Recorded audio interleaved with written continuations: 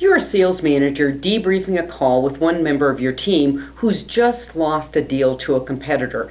As you listen to the debrief of the call, you recognize the reason that your salesperson dominated that number 2 position again. Emotions started running the sales meeting rather than effective selling and communication skills.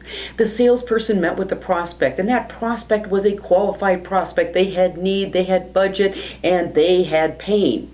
The problem is your salesperson started buying the buying signals, started getting excited and presenting solutions too soon.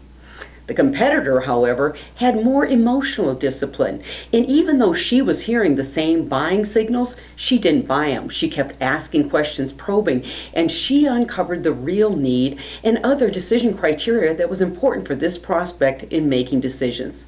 So sales managers, what can you do to help your salespeople keep their emotions in check and continue asking the question? Well, number 1, remind your sales team that the presenting problem is seldom the real problem. Psychologists have understood this for years. They have patients that come into their office and share. They've got an anger management problem, alcohol, drug abuse. Now, the psychologist doesn't start presenting solutions because they know the presenting problem isn't the real problem.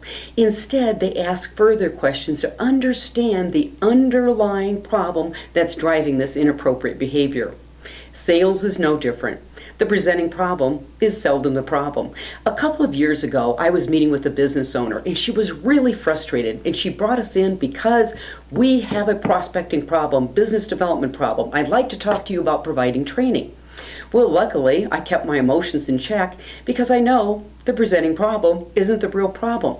I asked further questions. I tested the data, and together we discovered she didn't have a prospecting problem. She had a hiring problem. She was hiring account managers, not business development hunters.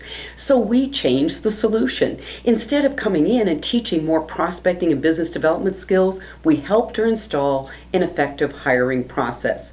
So sales managers, if your sales team is dominating that number 2 position, help them keep their emotions in check by asking this question.